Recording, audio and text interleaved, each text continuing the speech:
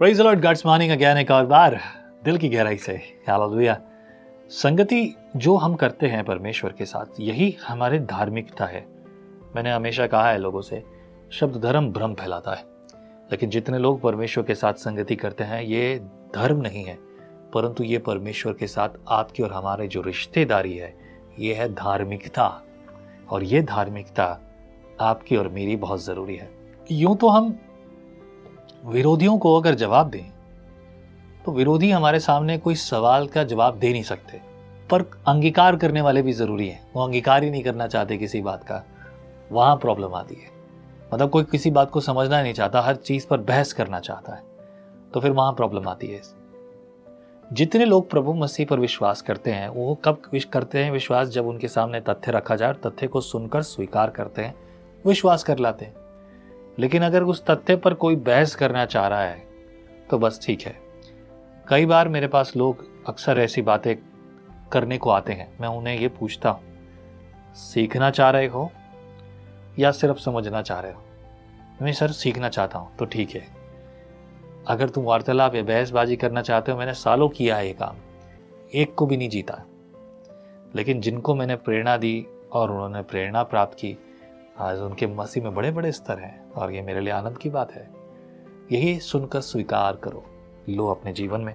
अय्यूब के साथ भी हो रही है घटना, और बड़ी दुखदाई घटना, लेकिन उसके बाद बड़े मज़ेदार घटनाएं भी हैं। इन चीज़ों में आपको, मुझे तो बड़ा मज़ा आ रहा है मेरे प्रियो, लेकिन अय्यूब के दिन जो थे वो बहुत दुखदाई थे। हम जानते हैं चैप्टर 28 वर्स 1, बुद्धि की प्रशंसा हो रही है, और यहाँ लिखा है बुद्धि की प्रशंसा में क्या बात हो रही है, सुनते हैं। 28 अध्याय चैप्टर 28 वर्स 1, चांदी की खानी तो होती है और सोने के लिए भी स्थान होता है, जहाँ लोग ताते हैं। लोहा मिट्टी में से निकाला जाता और पत्थर पिघलाकर पीतल बनाया जाता है। मनुष्य अंधियारे को दूर दूर तक खोद कर अंधियारे और घोर अंधकार में पत्थर ढूंढते हैं। जहाँ लोग रहते हैं वहाँ से दूर वे खानी खोदते हैं। वहाँ पृथ्वी पर चलाने वालों के पांव भी नहीं पड़ते। वे मनुष्यों से दूर लटके हुए झूलते रहते हैं। यह भूमि जो है, इसे रोटी भी मिलती है, परंतु उसके नीचे के स्थान मानो आग से लपट दिए जाते हैं। उसके पत्थर नीलमणि का स्थान है और उसी में सोने की धूल भी है। उसका मार्ग कोई मांसाहारी पक्षी नहीं जानता और किसी गिद्ध की दृष्टि उस पर नहीं पड़ी। उस पर हिंसक पशुओं के पांव नहीं रखा और न उससे होकर कोई सिंह कभी गया हो। मनुष्य चकमक के पत्थर पर हाथ लगाता और पहाड़ों को जड़ से ही उलट देता। वह चट्टान खोदकर नालियां बनाता और उसकी आंखों को हर एक अनमोल वस्तु दिखाई पड़ती है। वह नदियों को ऐसा रोक देता है कि उससे एक बूंद भी पानी नहीं टपकता, और जो कुछ छिपा है उसे वह उजियाले में निकालता है। परंतु बुद्धि कहाँ मिल सकती है और समझ का स्थान कहाँ है?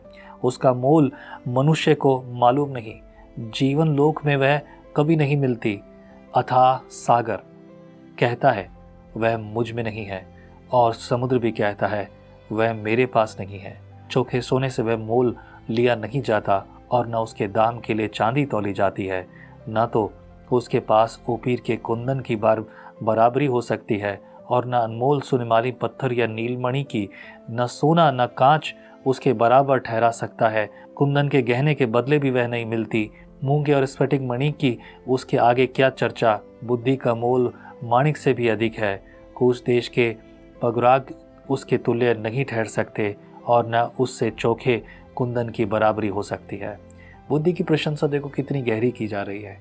यह बुद्धि की प्रशंसा में बुद्धि कहाँ से मिलेगी, कैसे मिलेगी? वर्स 20 में लिखा है, फिर बुद्धि कहाँ से मिल सकती है और उस समझ का स्थान कहाँ है? वह सब प्राणों की आंखों से छिपी है और आकाश के पक्षियों के देखने में नहीं आती। विनाश और मृत्यु कहती है हमने उसकी चर्चा सुनी है, परंतु परमेश्वर उसका मार्ग समझाता है और उसका स्थान उसको मालूम है। वह तो पृथ्वी की छोर तक ताकता रहता है और उसे आकाश मंडल के तले देखता भालता है। जब उसने वायु का तौल ठहराया और जब जल को नपुए से नापा और मेघ के लिए विधि और गर्जन और बिजली के लिए मार्ग ठहराया, तब उसने बुद्धि को देखकर उसका बखान भी किया और उसको सिद्ध करके उसका पूरा भेद जान लिया। तब उसने मनुष्य से कहा, देख, प्रभु का भय मानना यही बुद्धि है, और बुराई से दूर रहना यही समझ भी है। Hallelujah, beautiful, praise the Lord. क्या खूबसूरत बात है। परमेश्वर हमसे सीधी बात करता है। ये चैप्टर तो बिल्कुल ऐसा है, एक पोयम और एक कविता के जैसे। वैसे अय्यूब की पुस्तक तो बिल्कुल ऐसी है, पोयम और कविता के समान है। ये एक पोइट्री कहा जाता है इसे भी, और ये इसी तरीके से लिखी हुई भी है। जो भी हम पढ़ रहे हैं, भजन संहिता भी कुछ इसी तरीके से लिखा हुआ है। तो अगर आप देखो तो कितनी अधिक, अगर आप इस चैप्टर को समझ लो ना, तो आपको बड़ा मजा आएगा। And you will find another grace and energy to understand and to react for the situations you find out. तो प्रभु आपको इस बात के लिए बहुत प्रेरित करे। एंड बुद्धि की प्रशंसा में जो बात कही गई है, आई बिलीव आपको समझ में आई हो। Let's pray together. प्रभु, जैसी प्रशंसा की गई है वैसे प्रभु हमें बुद्धि से भर दे। बुद्धि तेरी ओर से आती है प्रभु, तू जानता है उसका मार्ग, तू ही जानता है। इससे पहले कि पृथ्वी रची गई, तेरी साथ प्रभु बुद्धि थी, और प्रभु तूने बुद्धि को इस्तेमाल किया, और तू बिना उल्हाना दिए बुद्धि मनुष्य को देता है। हम निर्बुद्धि समान, हमने हमेशा तुझे निराश किया है, और आज भी प्रभु ऐसे कई काम करते हैं जिससे तुझे निराशा हो। हम तुझसे मांगते हैं, तेरी भलाई मांगते हैं, तेरी सहायता मांगते हैं। हमें भर दे, सिखा दे। मसीह यीशु के नाम से धन्यवाद में हम मांगते हैं, आमीन, आमीन।